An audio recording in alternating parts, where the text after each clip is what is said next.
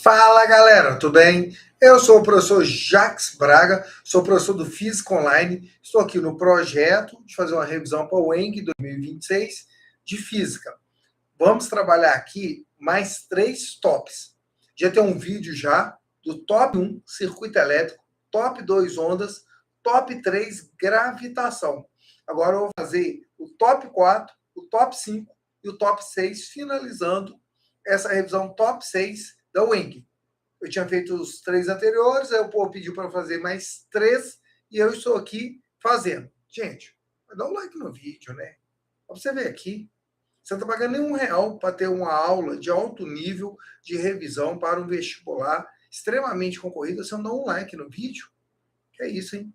Muito obrigado aí, tá? Mas vamos lá, né, galera?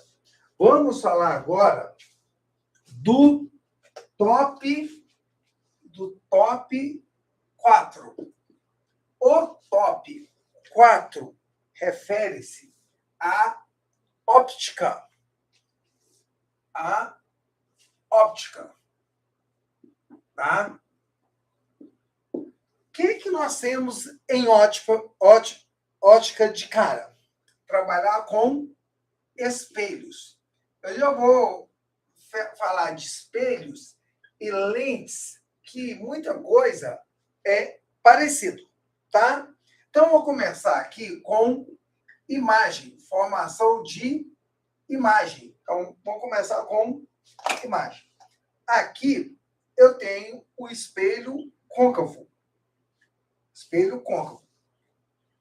Esse espelho côncavo, ele tem o vértice, ele tem o foco e o centro de curvatura. O foco e o centro de curvatura.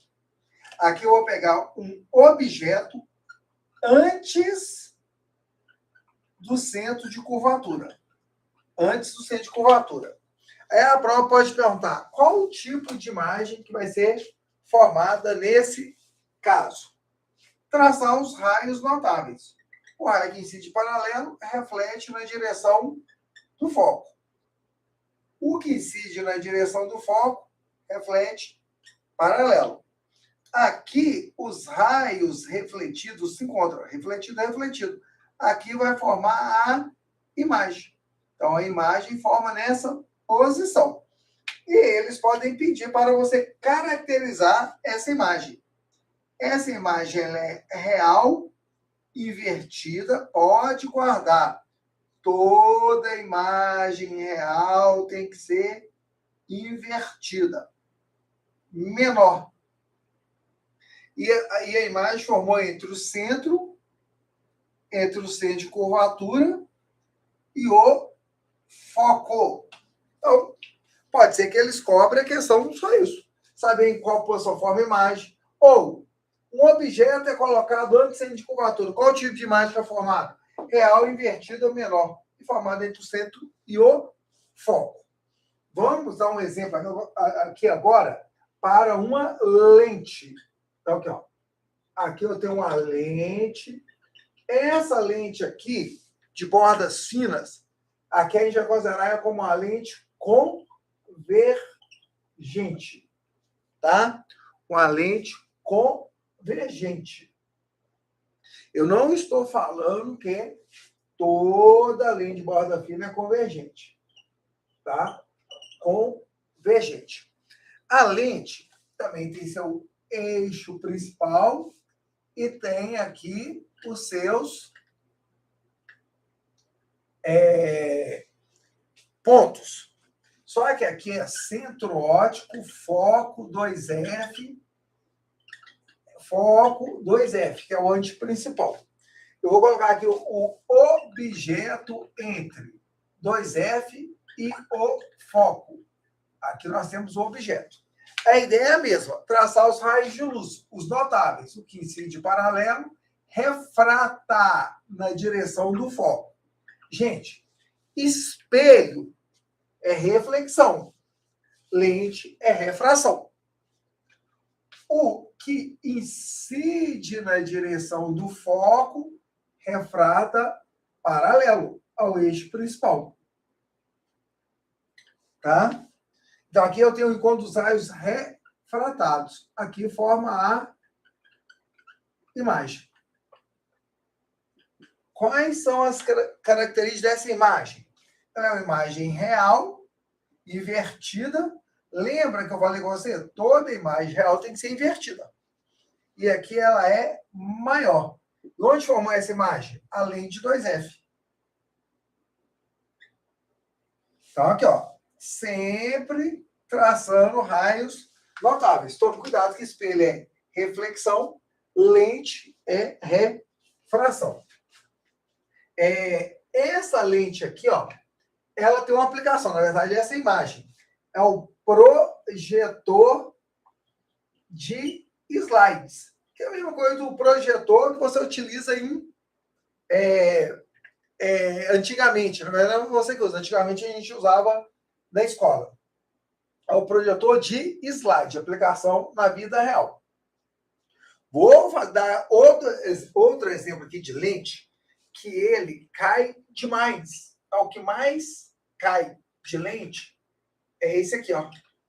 Esse é o eixo principal. Aqui nós temos os elementos. Então, 2F, foco, centro óptico, 2F, e aqui o foco. O que mais cai é quando você coloca o objeto entre o foco e o centro óptico. O raio que incide paralelo refrata na direção do foco. O raio que incide na direção do centro óptico, ele não sofre desvio. Ele passa direto. Esse raio refratado não encontra com esse raio refratado. Então, vai formar a imagem? Vai. Você tem que traçar os prolongamentos. Não é esse que é o prolongo, é esse aqui, ó. Os prolongamentos. Tá? Os prolongamentos se encontram nessa posição. Então, aqui vai formar a imagem. Essa imagem, ela já é virtual. Ela é formada enquanto os raios... Não, desculpa. Enquanto os prolongamentos, os raios refletidos. Direta. Ó, gente. Toda imagem real é obrigada a ser invertida. Toda imagem virtual é obrigada a ser direta. Nesse caso aqui é maior. Tá? Qual é a aplicação disso na vida real? É a lupa. Por isso que é tão cobrado, que é a lupa. Então, galera, formação de imagem espelho esférico, no caso aqui eu dei do côncavo, aqui do lente convergente e do lente convergente. Agora, vou dar exemplo de espelho, formação de imagem em convexo e lente divergente, tá? Então, vamos lá. Gente, vamos aqui, ó.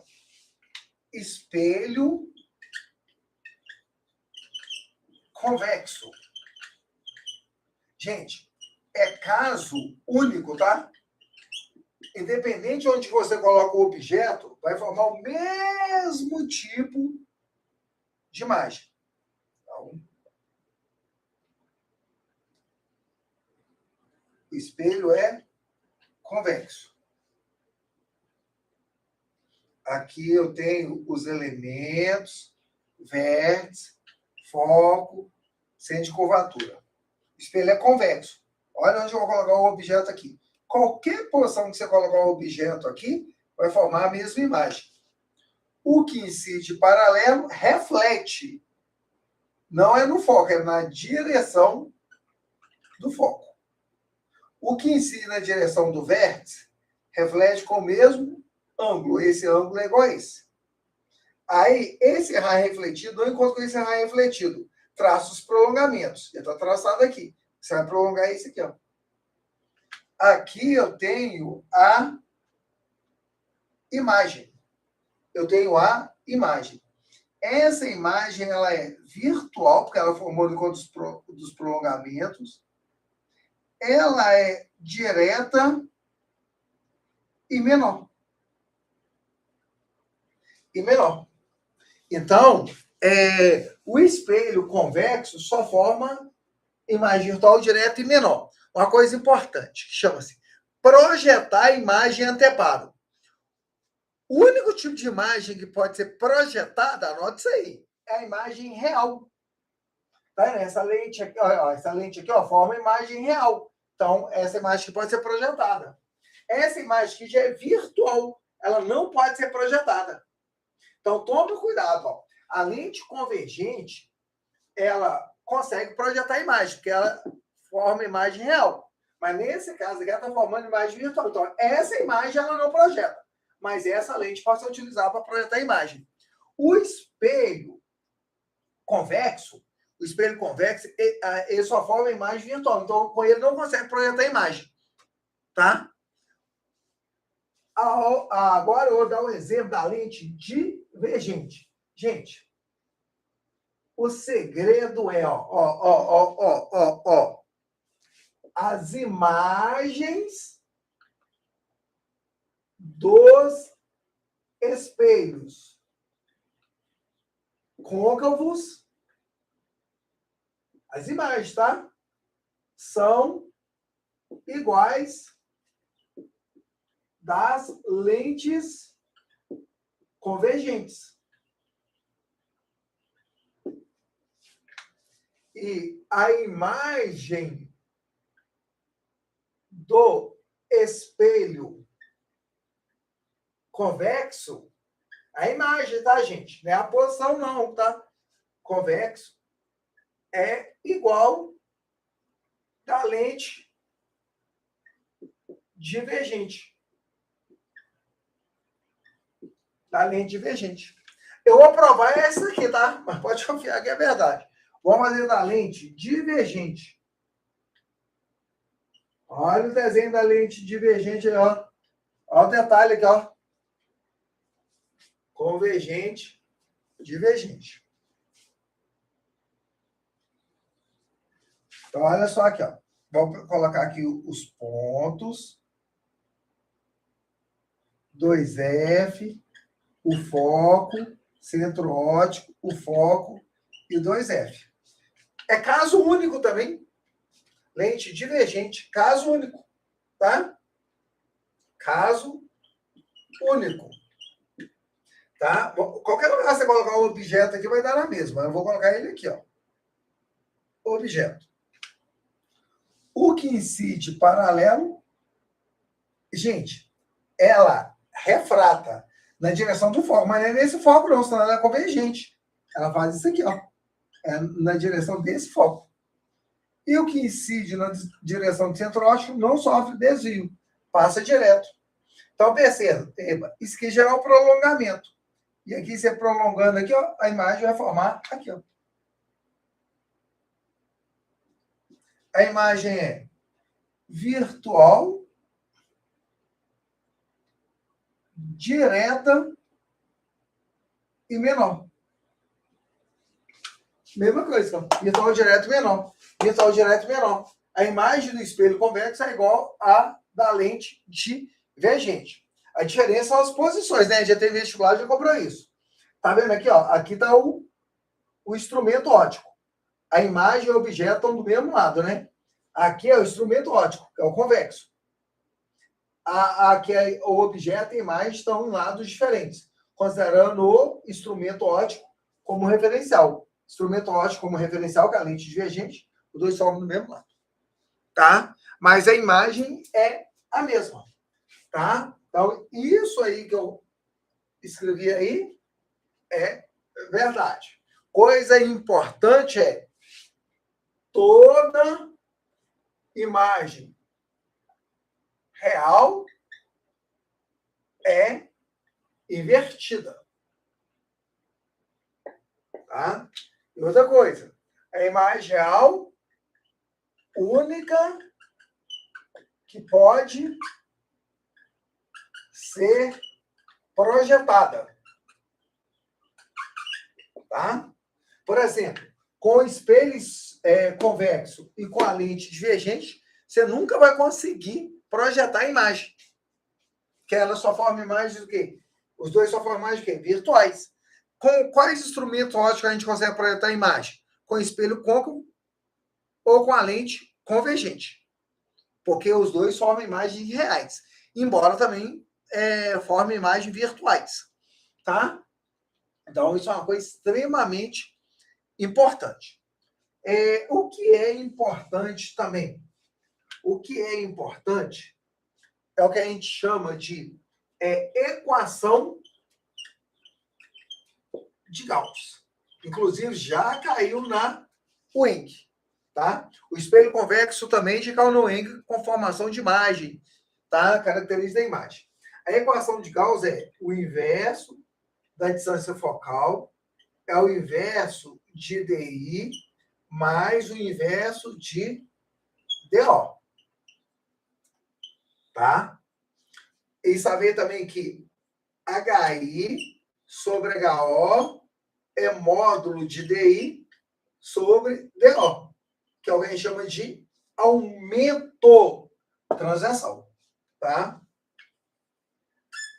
Com o que você tem que tomar cuidado? Com sinais. Porque tem que tomar cuidado com os sinais. Então, por exemplo, aqui, ó, a distância focal. A distância focal, ela pode ser positiva ou ela pode ser negativa. Quando a distância focal é positiva, quando o espelho é côncavo, ou a lente convergente. Gente, não pode esquecer de colocar o sinal, tá? Eu conheço esse desenho aqui, ó. Conheço esse desenho aqui, eu vou fazer vou dar um exemplo usando isso aqui. Quanto que é a distância focal? Quando o espelho for convexo ou a lente for divergente, tá? E também tem o DI. O DI, ele pode ser positivo ou pode ser negativo. Quanto que o DI é positivo? Quando a imagem é real. E quando que o DI é negativo? Quando a imagem for virtual. Tá? Então, isso cai na UENG. Já caiu. Eu vou dar um exemplo aqui, ó. Utilizando esse desenho que eu fiz anteriormente. Tá? Esse desenho aqui, ó. Eu vou dar um exemplo. Aqui eu tenho o objeto. É o HO. Aqui eu tenho a imagem, que tem um HI. Aqui nós temos um DO. Tá? Então, vamos supor que DO é de 30 centímetros. DO é de 30 centímetros. Vamos considerar HO de 10 centímetros. A distância focal tá aqui, ó. Então, vamos colocar a distância focal de 15 centímetros. Então, a gente vai achar quanto que vale DI e quanto que vale HI. Tá? Só para exemplificar aqui a equação de Gauss. Então, olha lá. O inverso da distância focal é o inverso de DI mais o inverso de DO. Tá? Então, a distância focal foi dada aqui, ó, 15 centímetros. Que é igual. O DI é o que a gente quer. Mais o inverso de DO. DO é 30 centímetros. Agora é só resolver? Não. Lembra que eu falei? Cuidado com o sinal. Aqui, ó, o espelho é convexo. Quando o espelho é convexo, aqui, ó, a distância focal tem que ser negativa. Então, na verdade, aqui é menos 15. Se você esquece esse sinal, você erra. Ah, professor, e o DO? Gente, o DO é sempre positivo. Então, não tem problema. Tá? Sempre positivo. Então, vai ficar aqui, ó. Menos 1 sobre 15 Porque aqui, ó, gente, aqui é mais e aqui é menos. Mais dividido por menos é menos. Então, você pode subir com menos. Que é igual. Opa, não, aqui, ó. Aqui eu vou fazer isso aqui, ó. Aqui não dá mais 1 sobre 30, passa o outro lado, menos 1 sobre 30. Isso é igual o inverso de DI. Tirar o mínimo aqui entre 15 e 30 é 30. 30 por 15 é 2, vezes menos 1, menos 2. 30 por 30 é 1, vezes 1. Então, aqui vai dar menos 1. É o inverso de DI. Então, o que vai dar aqui? Ó? Menos 3 sobre 30, né, Jacques? É porque eu já fiz uma conta de cabeça aqui. Ó. O inverso de DI. Eu já tinha feito essa conta aqui, ó. 3, 10. Entendeu? Multiplica cruzado. DI é igual a menos 10 centímetros. Ó, o DI deu negativo. Já era esperado o DI dar negativo? Era. A imagem é virtual. Toda vez que a imagem é virtual, o DI é negativo. Aqui, ó. A imagem é virtual, então o DI tinha que dar negativo. Aí a outra coisa que ele pediu foi HI, né? Então, HI sobre HO é módulo de DI sobre DO. HI é o que quer. HO tá aqui, ó, 10. Módulo de DI, 10, né? Que é módulo. Módulo de menos 10 é 10. E DO é 30. Então, esse corta com esse, multiplica cruzado. HI é igual a 10 terços de centímetro. Tá? Vou deixar desse jeito aqui. Então, tá aí.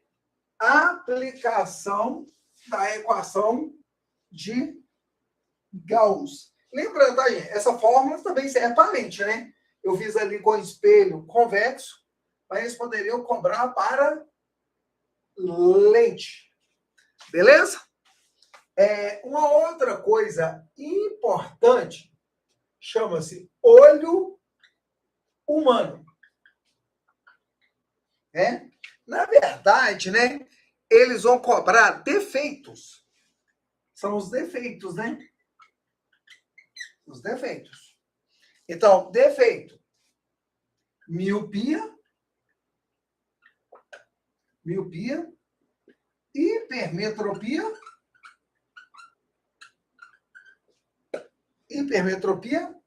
Astigmatismo. Tá? Miopia é aquela pessoa que não enxerga longe. Não enxerga longe. Porque a imagem forma antes da retina. Lente corretora. Já viu aquela piada? Por que míope não pode ir no zoológico? Porque a lente é de ver gente e não de ver animal. É bobinha, mas ajuda, né? Qual é a lente corretora da miopia? Lente divergente. Tá? A hipermetropia não enxerga perto. E, na verdade, não enxergar, na verdade, é que fica tudo embaçado. E qual é a lente corretora da hipermetropia? É a lente convergente. Tá? A lente convergente. O astigmatismo na verdade, o negócio é que você vê várias imagens superpostas. Igual, por exemplo, assim, né? Eu tenho astigmatismo, né? A Lua é desse jeito. Eu não vejo a Lua desse jeito, não. Eu vejo ela assim. Eu vejo as 3 luas, tá? E tem lente corretora. A lente corretora chama-se lente cilíndrica. Lentes cilíndricas. Tá? Uma outra coisa que eles gostam de cobrar é a presbiopia, que é vista cansada. Eu, Jacques, eu já tenho mais de 50 anos, eu tenho vista cansada. Tá? Eu tenho vista cansada. lente corretora também é lente convergente. Tá? Eu uso óculos, meu óculos é para astigmatismo que eu tenho, e também para presbiopia, vista cansada, que são aquelas lentes multifocais. Então, tá aí uma boa revisão, aí, ó, de 25 minutos de espelhos e lentes. Então, deu para falar muita coisa, muita coisa. Tá? Vou falar mais duas coisinhas aqui, depois cai, né? Espelho plano. Gente, o espelho plano também é caso único. A imagem é virtual, direta e do mesmo tamanho.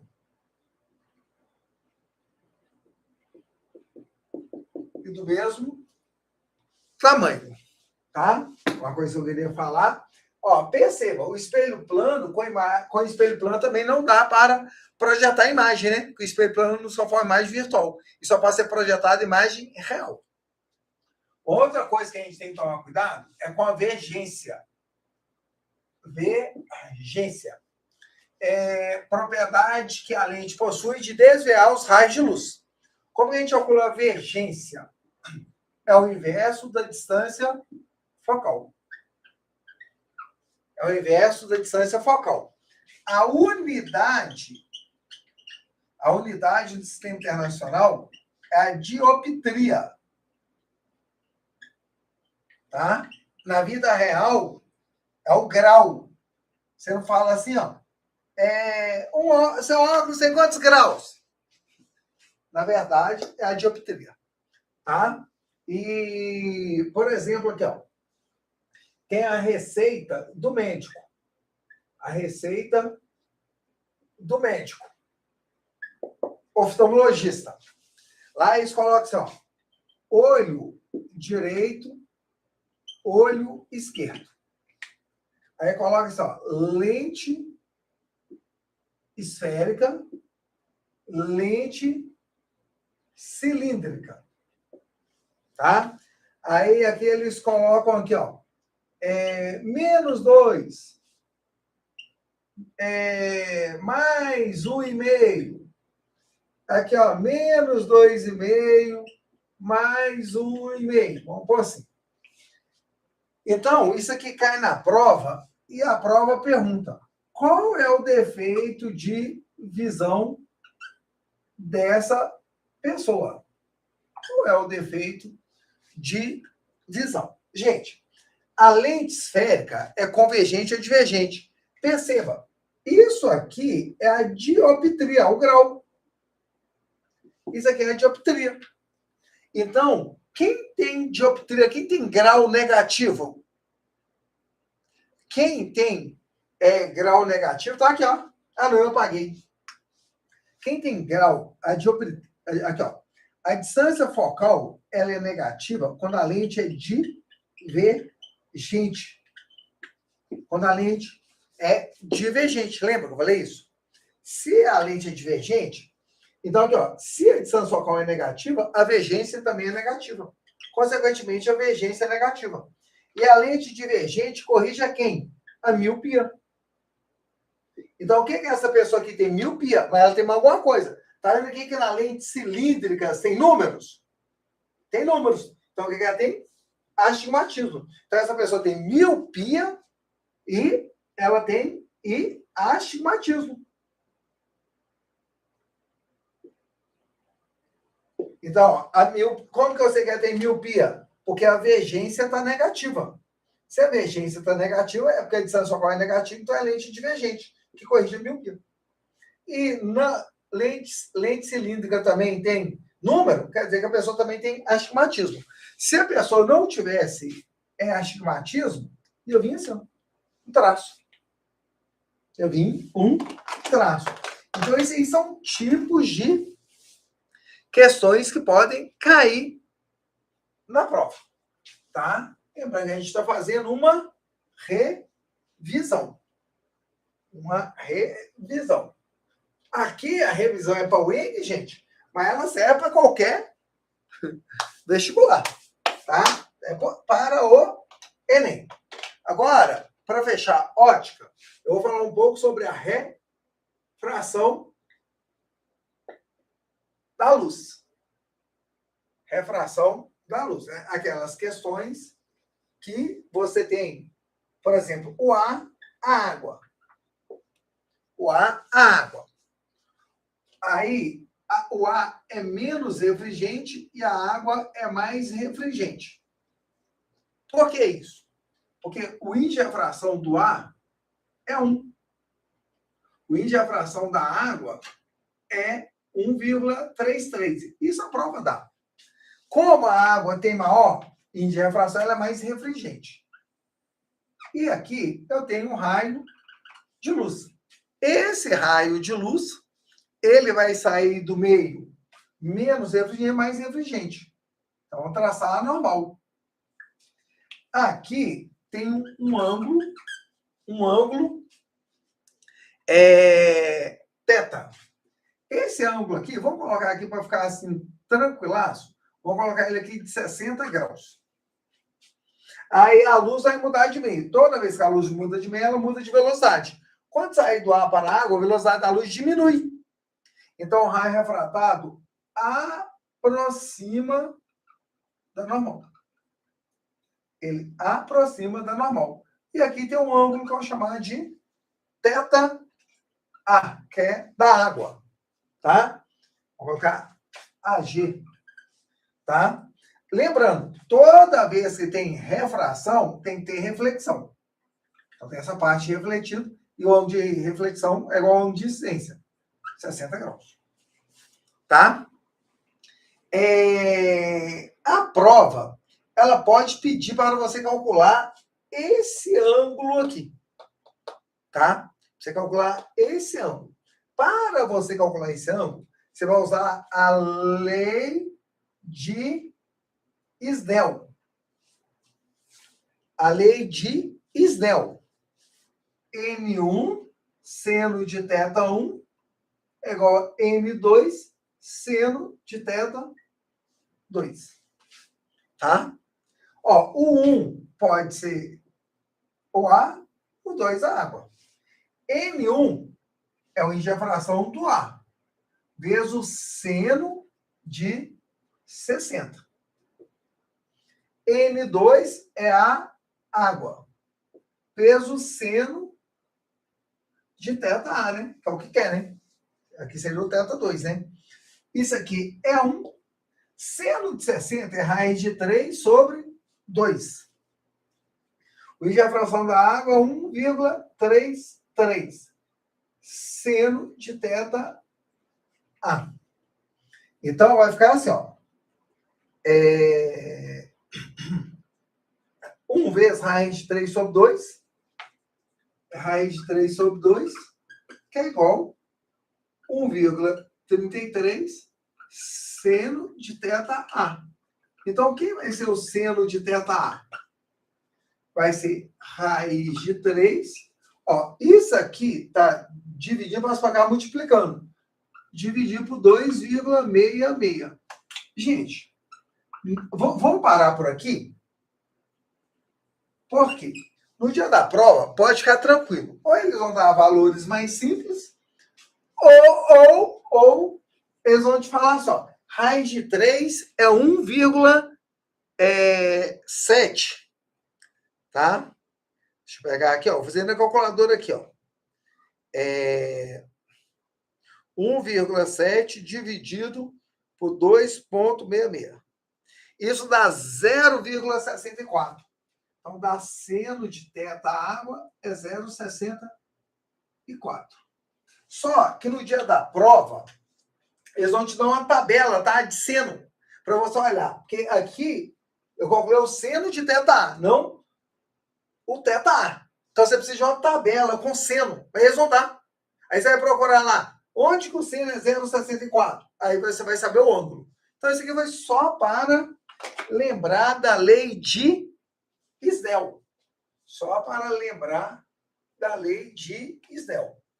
N1 seno de θ1 é igual a N2 seno de θ2. E eu tentei dar um exemplo. Tá? Então, tá aí. Uma outra coisa importante é esse aqui, ó, que eles gostam de cobrar. Ó.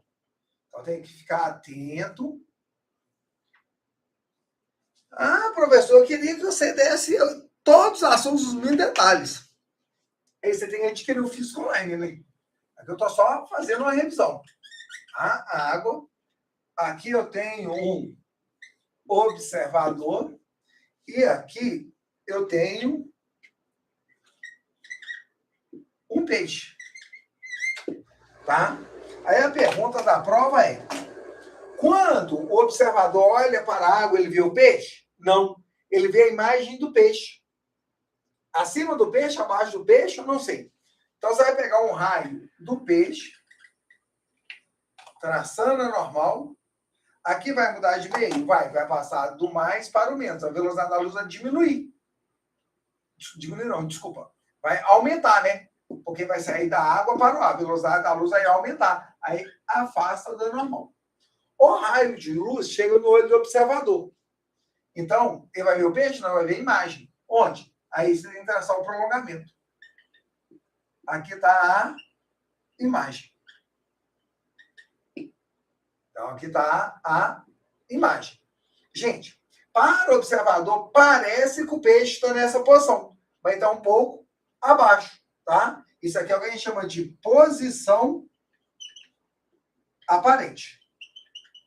A posição aparente é uma consequência da refração. Então, lembrar disso aí também, tá? A imagem está um pouco acima. É só olhar, se o prolongamento está acima do peixe, a imagem forma assim. Tá? Uma outra coisa que eles podem cobrar de vocês, é isso aqui, ó. Aqui eu tenho o meio, olha aqui, ó, meio 2, meio 1. Meio 2, meio 1. E aqui você tem um raio de luz. E o raio refratado tangencia a superfície. Tá? Aqui o ângulo de refração vale 90. Gente, isso aqui é um caso especial. Quando o raio incidente chega aqui e o raio refratado tangencia a superfície, isso aqui é o que a gente chama de ângulo limite. Ângulo limite. Então, tem questões que eles podem pedir para você calcular o ângulo limite. Tá? Como que a gente calcula o ângulo limite? Isso tudo sai da lei de Snell. N1 seno de θ1 é igual a N2 seno de θ2. Aqui eu chamei de 1, aqui de 2. Então, aqui, ó. É N1, certo? Seno, aqui é o ângulo limite, que é igual a N2 vezes o seno de θ2. θ2 é 90. Só que o seno de 90 é 1. Então, como a gente calcula o seno do ângulo limite? É N2 sobre N1. Tá? O macete até assim, né? O seno do ângulo limite é sempre o índice de refração menos sobre o índice de refração mais. Tá? Então, eles podem pedir para você calcular o seno do ângulo limite. Quanto que o ângulo é limite? Quando o raio refratado tangencia a superfície. Ou seja, o ângulo de refração vale 90. Por que isso? Porque tem um fenômeno chamado reflexão total. Para ter reflexão total, tem duas condições. E é bom você saber dessas condições. Condição número 1. Para ocorrer a reflexão total, a luz tem que estar passando do meio mais refringente para o meio menos refringente. E o ângulo de incidência tem que ser maior do que o ângulo limite. Essas são as duas condições para ter reflexão total. Só acontece do meio mais para o menos e do menos para o... Só acontece do mais para o menos, o ângulo de incidência tem que ser maior que o ângulo limite. Eu vou dar um exemplo aqui, tranquilinho, que é o da fibra ótica. Só para você ter uma noção aqui, ó. A fibra ótica, ela tem uma casca e um núcleo. Tá? Esse um aqui é a casca. Esse um é a casca. A fibra ótica é igual um fio de cabelo, um fio. E esse 2 aqui é o núcleo da fibra ótica. Então, o que acontece aqui? Ó? A luz, ela entra aqui dentro da fibra ótica e sofre sucessivas reflexões totais. Até chegar do outro lado. Então, uma aplicação na vida real da reflexão total é a fibra ótica. Aí, aqui, no ao meio 2, eles querem saber quem tem o maior índice de refração. O índice de refração, quem tem maior? A casca ou o núcleo? Quem tem maior índice de refração? A casca, que é 1, ou o núcleo, que é o 2? Gente, aqui não está acontecendo a reflexão total? A reflexão total só ocorre do mais para o menos. Só ocorre do mais para o menos. Então, o índice de refração 2 tem que ser maior, que é o núcleo. Então, o índice de refração do núcleo tem que ser maior que da casca. Então, a fibra ótica é uma aplicação da reflexão total. Então, fiz aí para você lembrar. Tá? Aí, para finalizar tudo isso aqui, senão fica aqui até amanhã, tem quase 1 hora só de ótica. Tá? Só de ótica. Faz parte. Faz parte. Tá? É muita picuinha. Então, é isso aqui, ó, gente. Ó. Aqui eu tenho ar e aqui eu tenho água. E aqui eu vou pegar luz branca. Lembrando, galera, a luz branca é uma mistura de todas as cores. Então, aqui, na verdade, tem luz azul, luz vermelha, luz amarela, luz alaranjada. Aí, o que vai acontecer? Quando chegar aqui, vai mudar de meio. A luz branca vai mudar do meio menos refrigerante para o meio mais refrigerante. Aí, o que vai acontecer com a velocidade da luz? Vai diminuir. Só que tem um detalhe. Gente, vai aproximar ou afastar do normal? Vai aproximar. Só que a luz violeta aproxima mais. A luz vermelha também aproxima. Mas a luz violeta aproxima mais. A luz azul tem um desvio. A luz verde tem outro desvio. Cada cor tem um desvio diferente. Lembra que eu falei? Toda vez que tem refração, tem que ter reflexão. Aqui tem uma reflexão. Só que aqui reflete luz branca. Tá? Esse ângulo igual a esse. Por quê? Gente, a luz branca, ela estava aqui com as cores todas misturadas. Aqui as cores foram separadas. Por que isso? Porque o índice de refração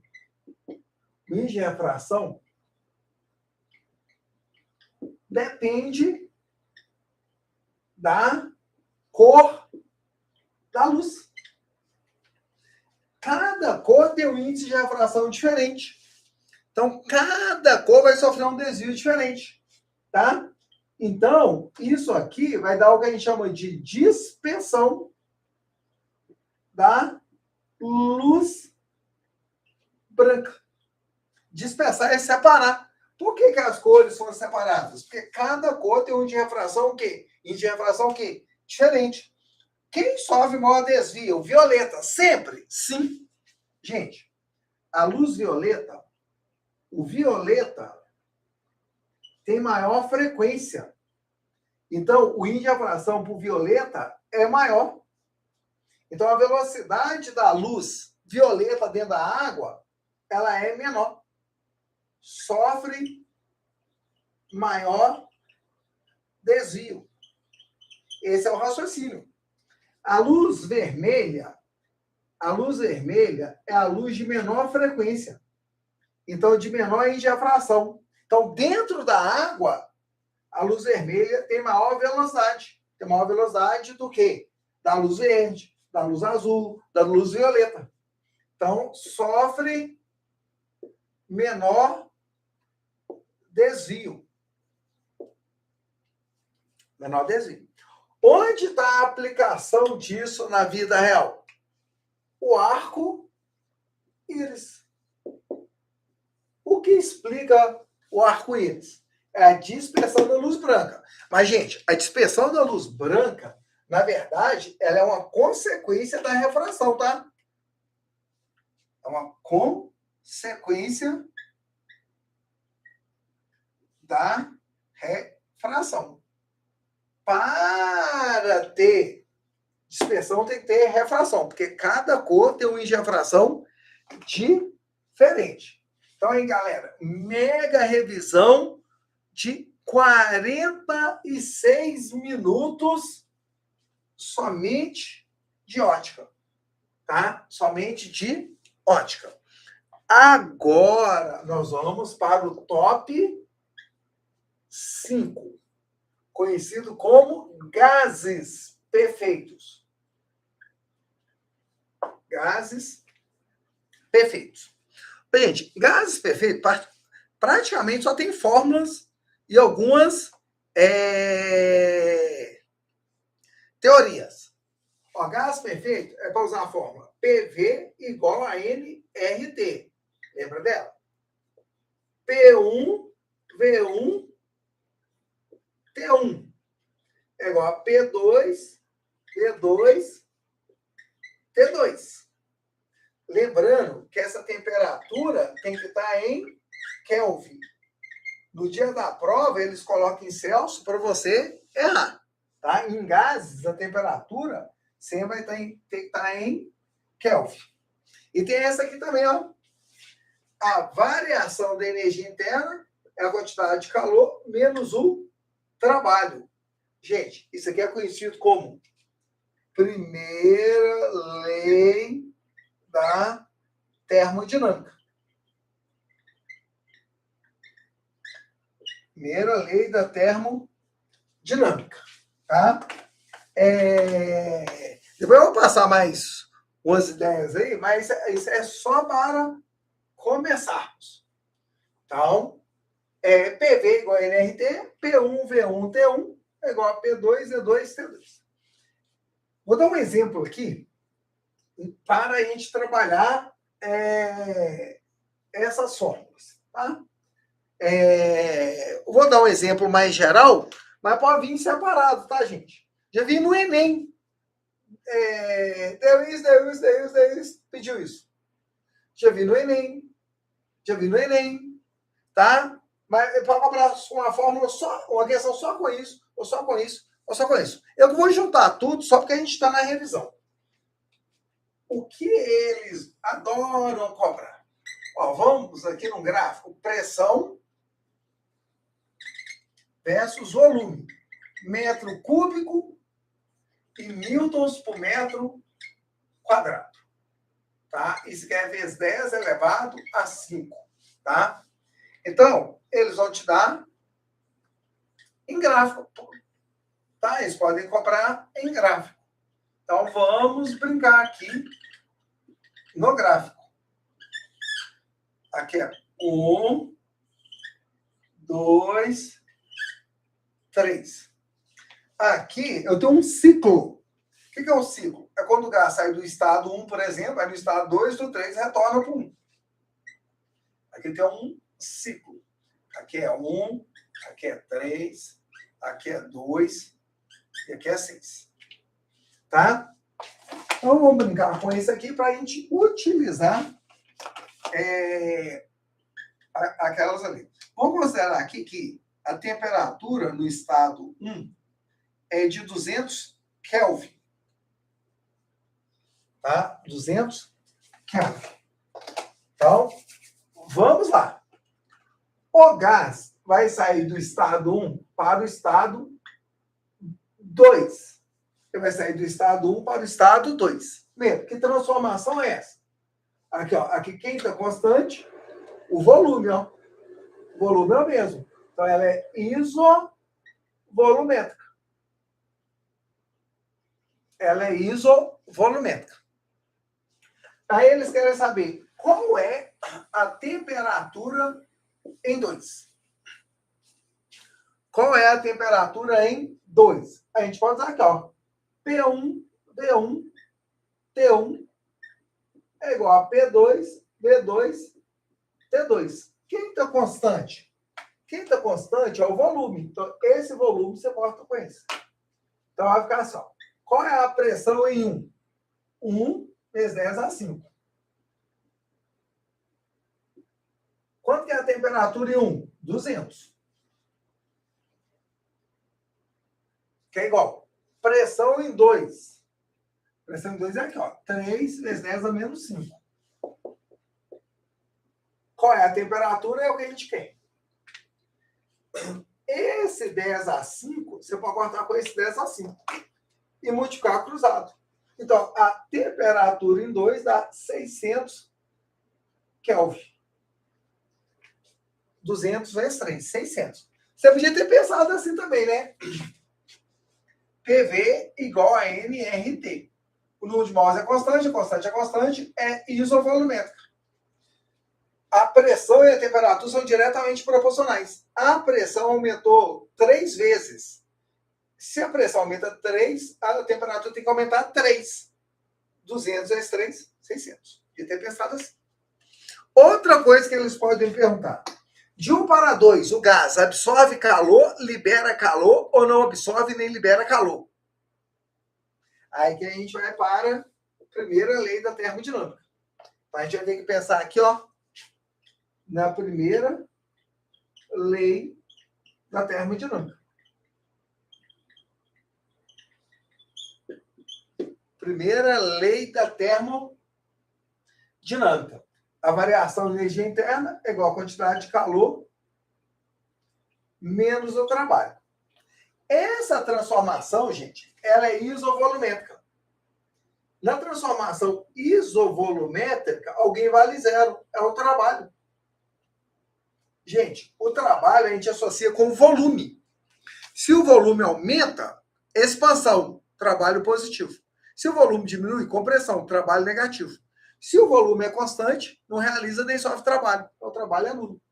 Então, vai ficar que o ΔU é igual à quantidade de calor.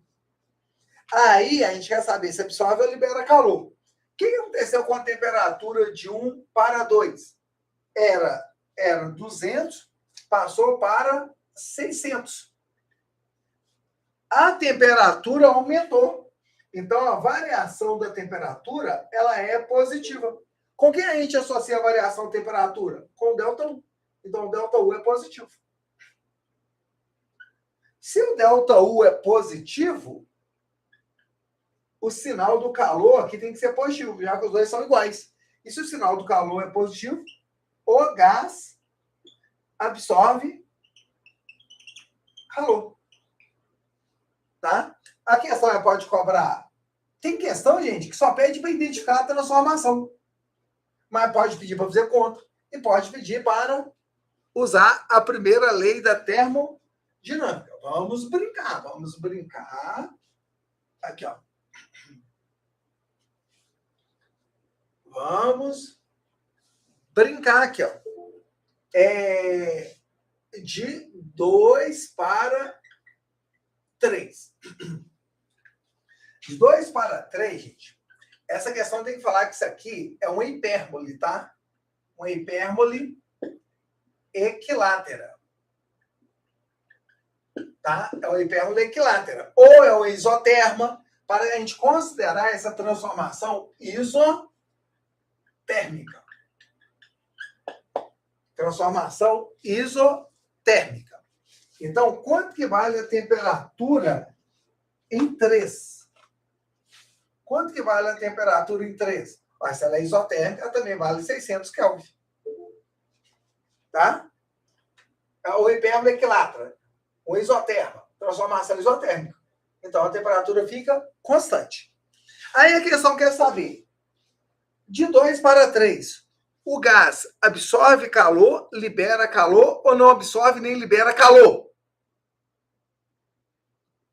Aí você fala assim, ué, mas é isotérmica, a temperatura é constante. Se a temperatura é constante, não absorve nem libera calor. Bem, rodou. Gente, em gases, não associa temperatura com calor que você vai rodar. O que tem a ver temperatura com calor? Tudo ou nada? Nada. Lembra que eu falei que a temperatura a gente associa com ΔU. Então, vamos lá. Primeira lei. O que fala a primeira lei? A variação de energia interna é igual a quantidade de calor menos o trabalho. É isotérmica. A temperatura é constante. Então, ΔT é igual a zero. Então, ΔU é igual a zero. Então, vai ficar aqui zero é igual a quantidade de calor menos o trabalho. Então, a quantidade de calor é igual ao trabalho.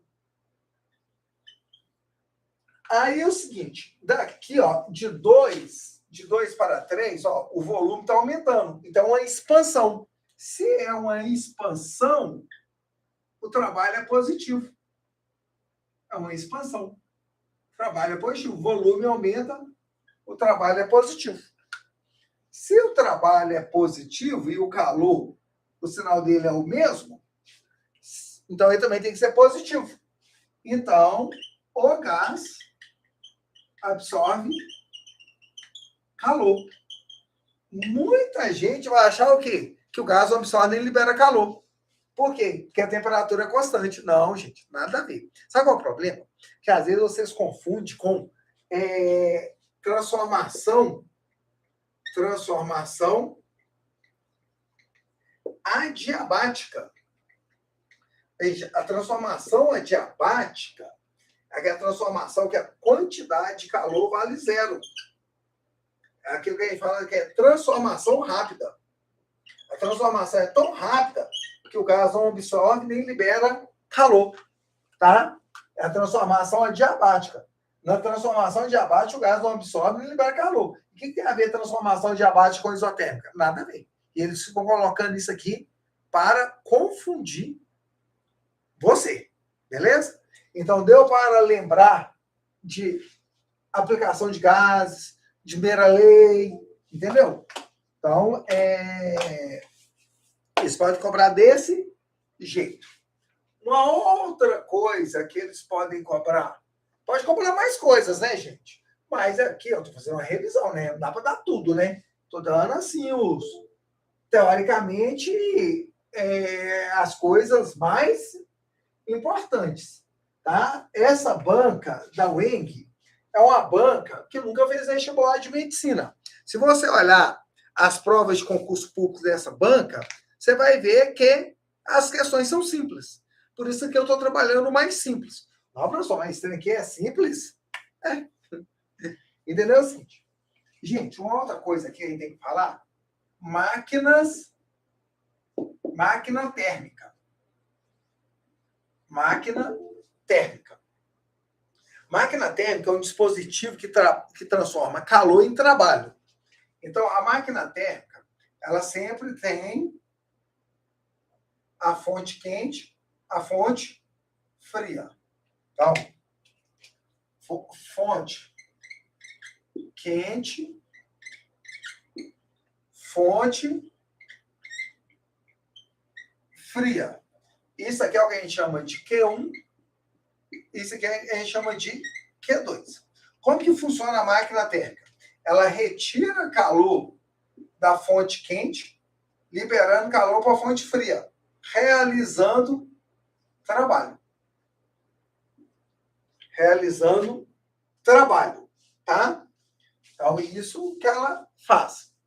A prova gosta de cobrar o rendimento da máquina térmica. De uma máquina térmica. Que a gente pode chamar de R. Como que a gente calcula o rendimento da máquina térmica? Tá? É 1 menos Q2 sobre Q1. Tá? Então, no dia da prova, eles vão dar quanto que é Q2, quanto que é Q1, quanto que é Q2, e você calcula o rendimento. Isso dá pra fazer até de cabeça, tá, gente? Faz de conta que o calor da fonte quente é 1.000 joules. O calor da fonte fria, 600 joules. Então, foi realizado um trabalho de quanto? De 400 joules, né? Conservação da energia. Se você absorveu 1.000 e rejeitou para a fonte fria 600, quer dizer que o trabalho foi quanto? Qual é o rendimento? 40%. Tá? Porque 400 é 40% de 1.000. Você pode até usar a fórmula. 1 menos Q2, 600, Q1, 1.000. Rendimento. 1 menos. Cortou. 0,6. Isso é 0,4.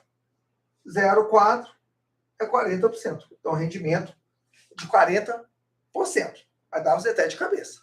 Tá? Mas vamos deixar aí a fórmula.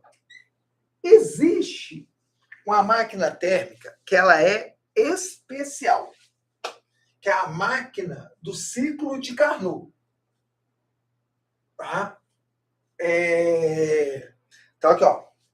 Máquina de Carnot. A máquina de Carnot é considerada como ideal. Como ideal. O que seria uma máquina térmica ideal? Uma máquina térmica ideal é uma máquina térmica que tem um rendimento de 100%? Não. Tá? Toma cuidado com a segunda lei da termodinâmica. Segunda lei da termodinâmica. O que fala a segunda lei da termodinâmica? É impossível a máquina térmica com rendimento de 100%. É impossível uma máquina térmica com rendimento de 100%. Essa é a segunda lei da termodinâmica. Sempre vai liberar calor para a fonte fria. Então, não tem como pegar todo o calor da fonte quente e transformar em trabalho.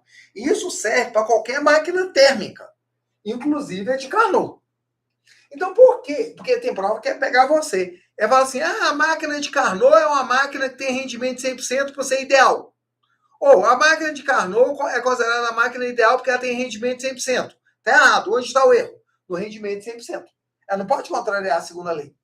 Na verdade, ela é ideal porque ela tem rendimento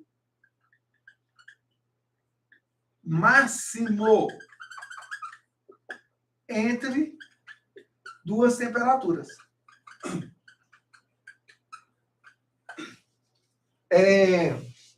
A máquina de Carnot ela é ideal porque ela tem rendimento máximo entre duas temperaturas, não porque ela tem rendimento de 100%. Vou desenhar aqui o gráfico da máquina de Carnot, porque às vezes a questão só quer que você reconheça um gráfico pressão versus volume. A máquina de Carnot, só para ficar mais fácil para eu desenhar. Aqui eu tenho uma isoterma, aqui eu tenho outra isoterma. A máquina de Carnot, ela é assim, ó. Deixa eu colocar aqui mais perto, aqui, porque o desenho é menorzinho, né? Então, você tem duas isotermas. Então, começa assim, ó. Aqui, o gás sai do estado 1, vai para o estado 2, em cima de uma isoterma. Então, aqui eu tenho uma transformação isotérmica. Aí ela faz isso aqui, ó. Do estado 2, ela vai para o estado 3. Só que agora não é mais isotérmica.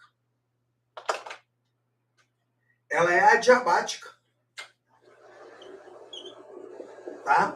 Aí, ela vai sair desse estado 3 para o estado 4, em cima da isoterma. Então, você tem outra isotérmica.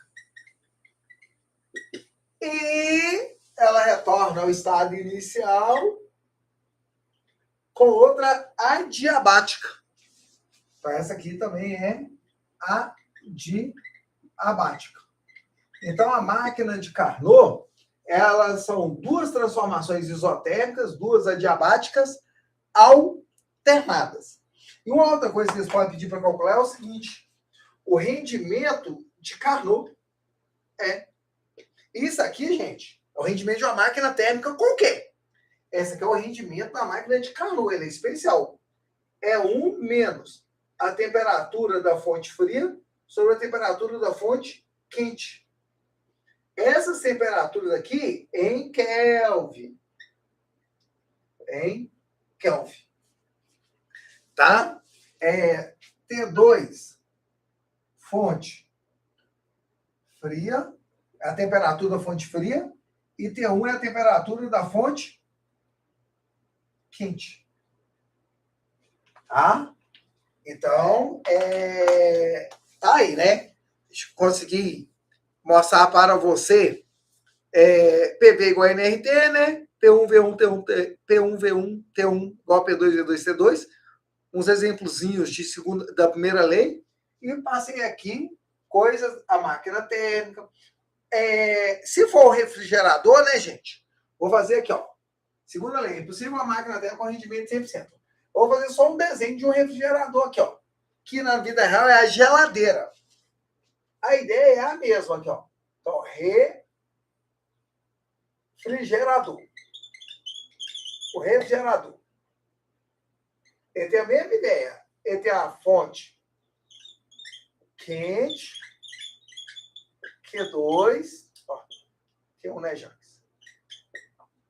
É a fonte fria, Q2. O refrigerador, nós estamos em revisão, né? Então vamos direto ao assunto, né? O refrigerador,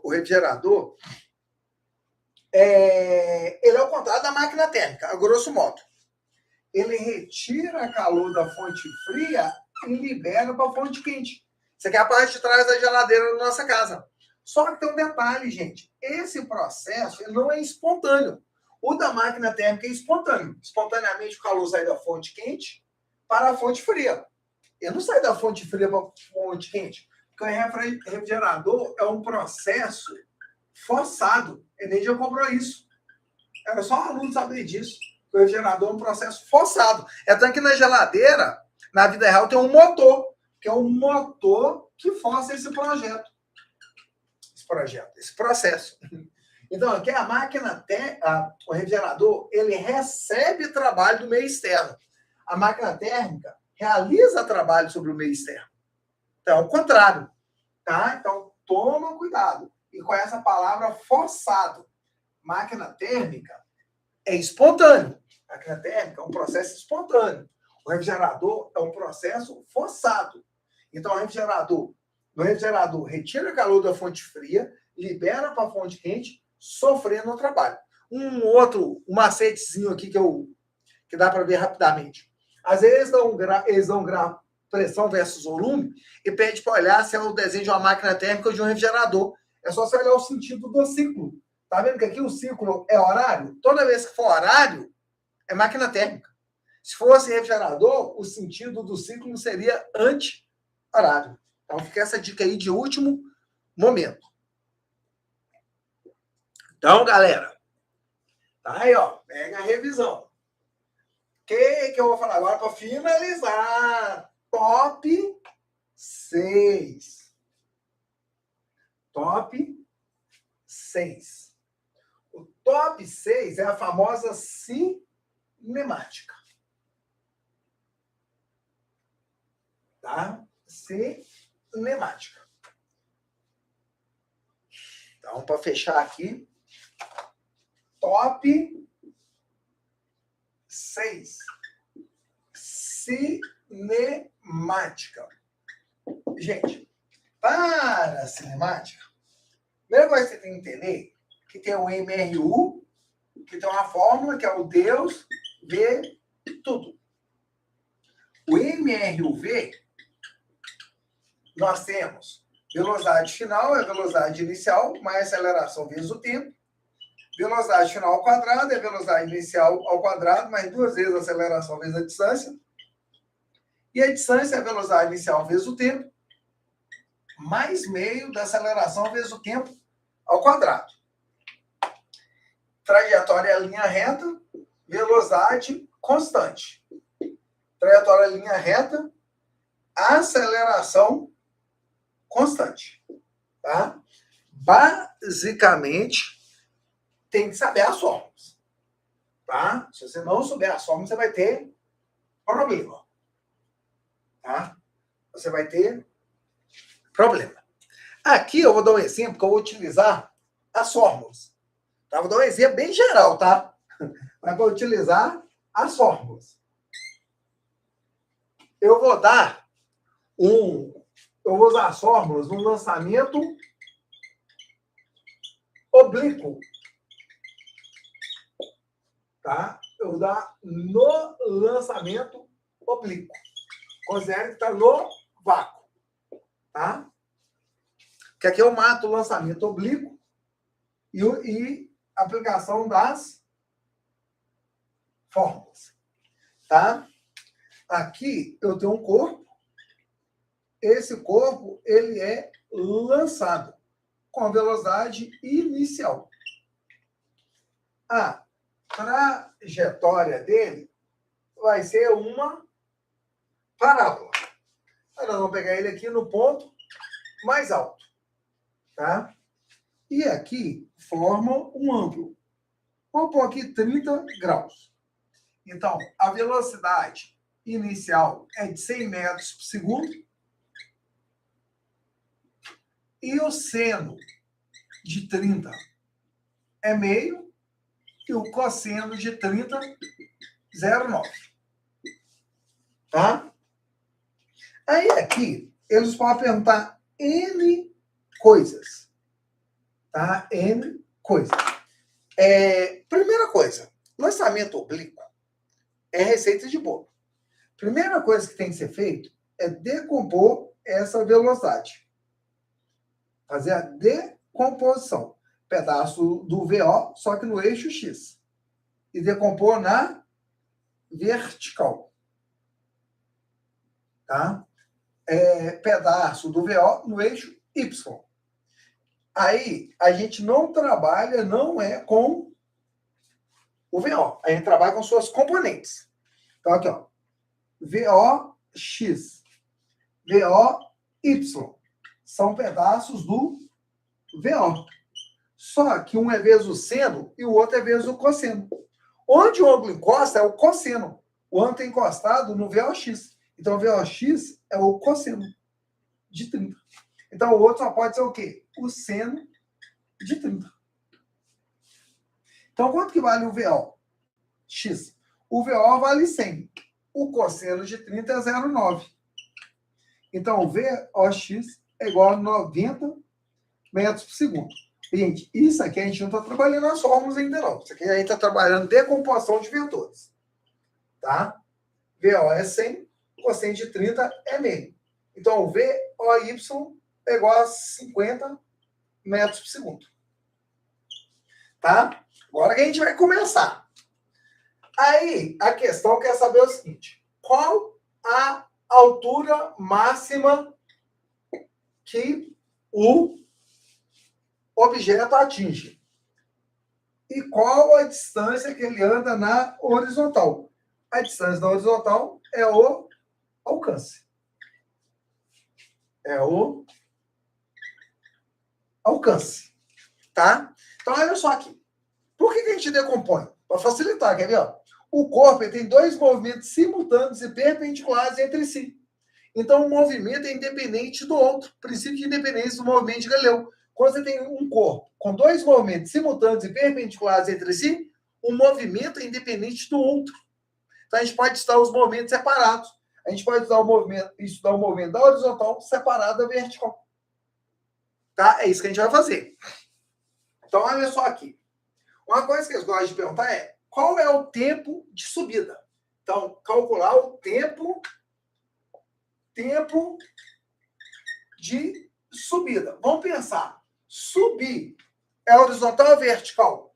Subir é o TS. Subir é vertical. Se subir é vertical, gente, Na vertical, se você pegar aqui, ó, vários pontos, vou pegar aqui para o desenho não ficar muito poluído. Vou pegar aqui também, ó. E pegar aqui também. Tá? Só para você entender. No lançamento vertical, a única aceleração que a vertical não, oblíquo, a única aceleração que atua é da gravidade.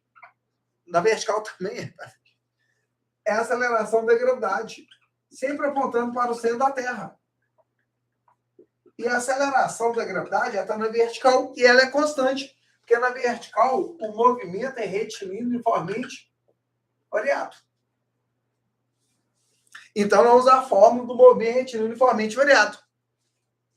Vi vovó atrás do toco. Na vertical é movimento retilíneo uniformemente variado. Só que aqui é tudo Y. Y, a aceleração da gravidade, que é o tempo de subida. Só que tem um detalhe, gente. Olha você ver aqui, ó. No ponto mais alto, só tem o Vx.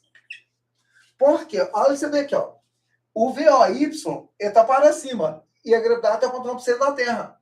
O VY e a gravidade têm sentidos contrários. Isso é movimento retardado. Então, na subida, o VY vai diminuindo até chegar a zero. Então, só sobra o Vx. Então, o VY final vale zero. O inicial é esse aqui, ó. 50. Vale 50. Na subida, o momento é retardado. Então, se a velocidade é positiva, a gravidade tem que ser negativa. A gravidade vale 10. Tempo de subida. Então, 10 tempos de subida é igual a 50. Então, o tempo de subida, 5 segundos. 5 segundos. Esse é o tempo de subida. Tá? Agora, nós vamos achar a altura máxima. Vamos pensar assim, pensar aqui fácil. A altura é horizontal ou vertical? É vertical. Então, a altura máxima é vertical. Na vertical, o movimento é retilíneo uniformemente variado. Então, você pode usar ou Torricelli, ou essa aqui de baixo. Tá? Aí eu sei que escolhe. Vou usar a Torricelli por causa do meu espaço? Velocidade final ao quadrado é velocidade inicial ao quadrado, mais 2 vezes a aceleração vezes a distância.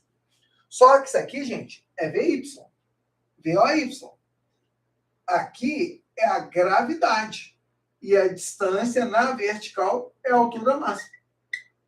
Na subida, o momento é retardado, então aqui tem que ser menos.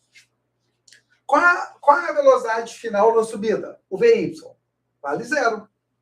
É zero ao quadrado. Qual é a velocidade inicial Y? 50. Ao quadrado, menos 2 vezes a gravidade, que é 10 vezes a altura máxima. Então, olha só aqui, ó. Aqui é zero, é igual a 2.500, menos 20, a altura máxima. Então, passo para o outro lado. 20, a altura máxima, é igual a 2.500. Esse zero você corta com esse. Então, qual é a altura máxima? 250 dividido por 2, 125 metros.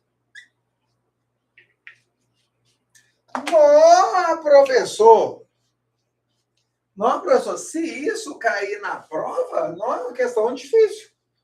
É, questão média, digamos assim, né? E para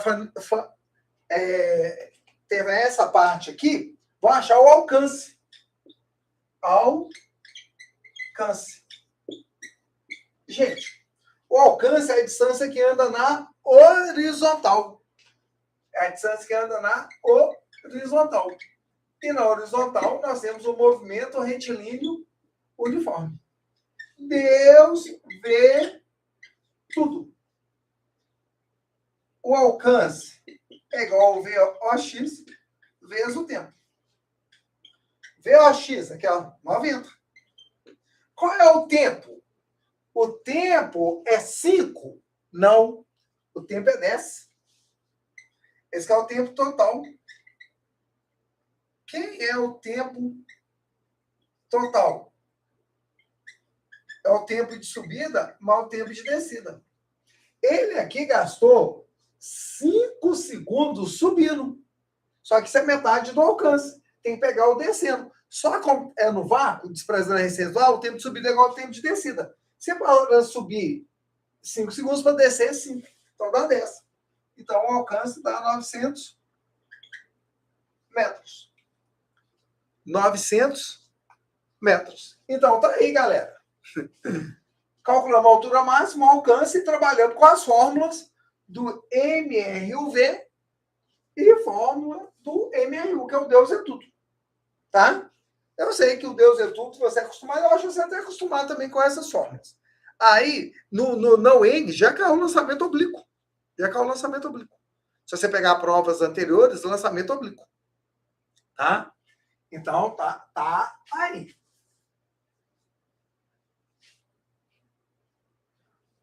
E para finalizarmos essa revisão, gente, porque essa revisão tem que durar 1h30, tá? Ah, professor, eu queria uma revisão maior. Gente,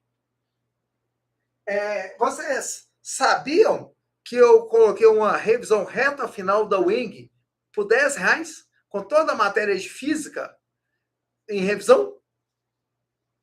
Você não ficou nem sabendo, né? Mas eu fiz um vídeo aqui, coloquei no meu canal falando. Revisão reta final da Wing. Eu coloquei toda a matéria. Imagina eu fazendo isso aqui com toda a matéria de física. Eu coloquei por R$10. Você que perdeu. Gente, uma coisa importante aqui é o movimento circular uniforme. Tá? Movimento circular uniforme. Trajetória circular e a velocidade constante em módulo. Gente, vocês têm que tomar cuidado com isso pelo seguinte. O pessoal adora achar que no movimento circular uniforme a aceleração é nula. Você tem que entender que existem duas acelerações, a tangencial e a centrípeta. A tangencial, ela serve para variar o módulo. Ela varia o módulo. O módulo de quem? Do vetor velocidade. A aceleração centrípeta, ela varia a direção. A direção de quem? Do vetor velocidade. Aqui, ó, a velocidade é constante em módulo. Aqui, a aceleração tangencial vale 0. Aqui, né, circular, se a circular faz curva. O vetor velocidade tem que mudar a direção. Então, a aceleração centrípeta é diferente de 0. O vetor aceleração centrípeta. Quando fala aceleração, a gente está falando da resultante, que é a aceleração centrípeta mais a aceleração tangencial. Só que aqui é a tangencial que vale 0. Então, a aceleração resultante é a aceleração centrípeta. Então, nunca afirme que no movimento circular uniforme a aceleração é nula, porque tem aceleração. A centrípeta. Então, eu vou fazer um desenho aqui. Aqui nós temos o círculo. Nós temos o centro. Nós temos o centro. Tá? Vamos pegar o corpo nessa posição. Vamos chamar ele de A. Nessa posição, vamos chamar de B. Uma vista por cima. Vetor velocidade, tangente à trajetória. Esse é o vetor velocidade em A. Vetor velocidade em B, tangente à trajetória. Esse vetor é do mesmo tamanho desse, porque são iguais em módulo. Mas os vetores são diferentes. Esse que está na horizontal e esse que está na vertical. Quem está mudando a direção do vetor velocidade? É o vetor aceleração centrípeta, perpendicular ao vetor velocidade. Aceleração centrípeta. Tá? Então, gente, no movimento circular uniforme, você tem fórmulas. A velocidade tangencial é 2πr sobre o período. Nós temos também que o período, né, é o inverso da frequência. E nós temos também a velocidade angular, 2π sobre o período. Tá? Então, basicamente, você só tem essas três. É porque a gente pode combinar isso aqui, ó. Velocidade tangencial, não é? 2πr sobre o período. Isso aqui é angular. Então, é angular vezes o raio. Tá? Na verdade, é a combinação dessas duas. Você pode até falar assim, ó, a velocidade tangencial é 2πr vezes a frequência. Não é fórmula nova, é a combinação dessas duas aqui. Porque aqui, ó, aqui tem um. O inverso do período é a frequência. Você pode até falar que angular é 2πf. Aí você está combinando essa com essa. Se você combinar essa com essa, dá essa. Tá, deixa eu aparecer aqui. Deixa eu aparecer aqui, ó. Se você combina essa com essa, dá essa. Se você combina essa com essa, dá essa. Se você combina essa com essa, dá essa. Tá? Uma outra coisa aqui é a aceleração centrípeta pode ser calculada. É a velocidade tangencial ao quadrado sobre o raio. Tá? Então, isso, movimento circular uniforme. Vou dar um exemplo aqui para a gente finalizar. Isso aqui é um exemplo muito bom. A gente pega aí, arrebenta, quer ver? Nós temos aqui um disco, aqui outro.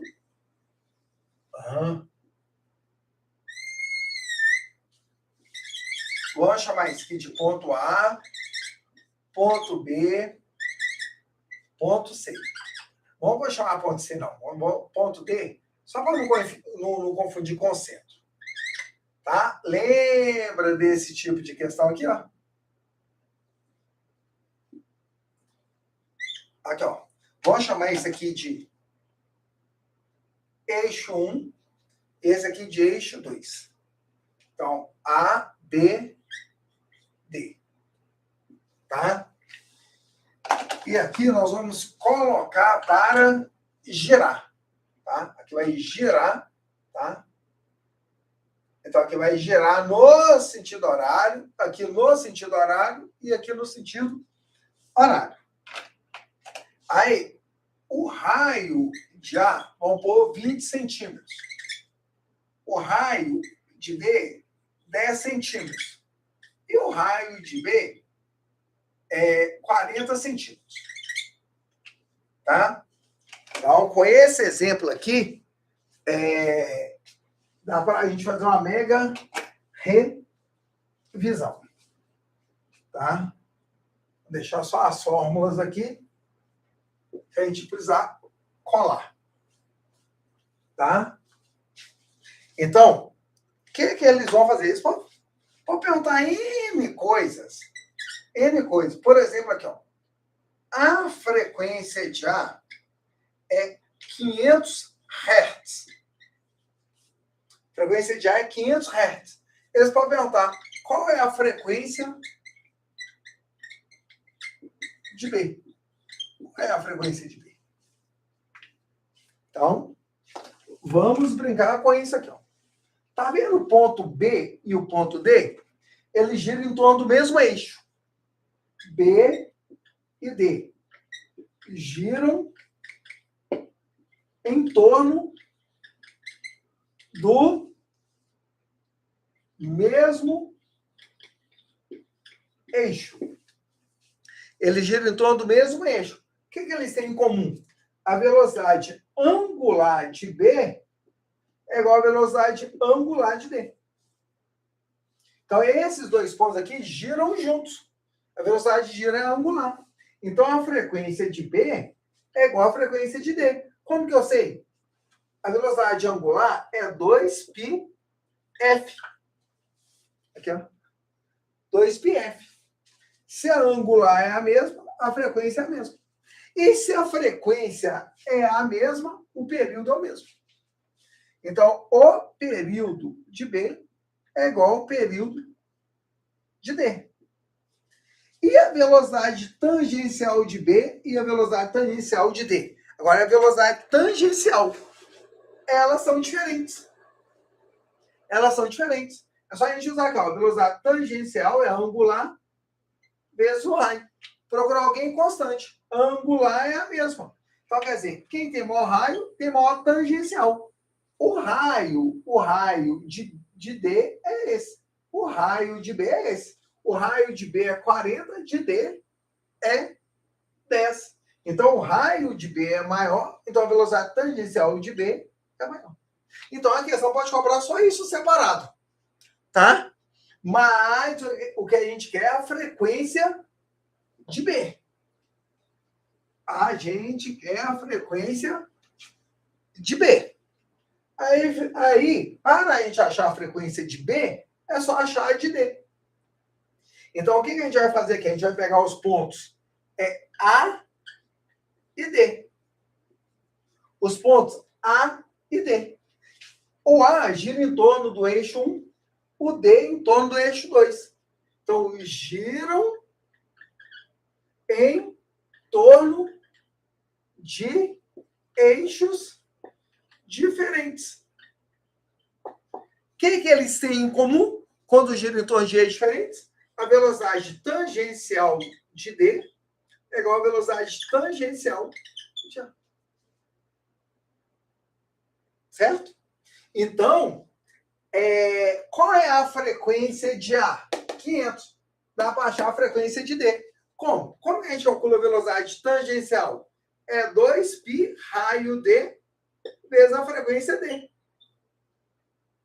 Velocidade tangencial é 2π RF. Desse aqui, 2π RA, frequência de A. Esse 2, você corta os dois, esse π com esse π. Raio de D, 10. Frequência de D é o que a gente quer. Raio de A, 20. Frequência de A, 500. Só você cortar esse 10 com esse 0. Frequência de D, 2 vezes 500, 1000 Hz. A frequência de D é 1000 Hz, tá? Só que a frequência de D e a de B são iguais. Então, qual é a frequência de D? 1000. Então, qual é a frequência de B? 1000 Hz. Dá para fazer de cabeça, tá? O raio de D é 2 vezes menor. Então, a frequência de D é 2 vezes maior. Isso aqui é 500, isso aqui é 1000. E a frequência de D é igual a de B. Dá para fazer de cabeça. Só para finalizar isso aqui, né, gente? E os períodos? Aqui a frequência de A não foi 500 e a de D não foi 1000?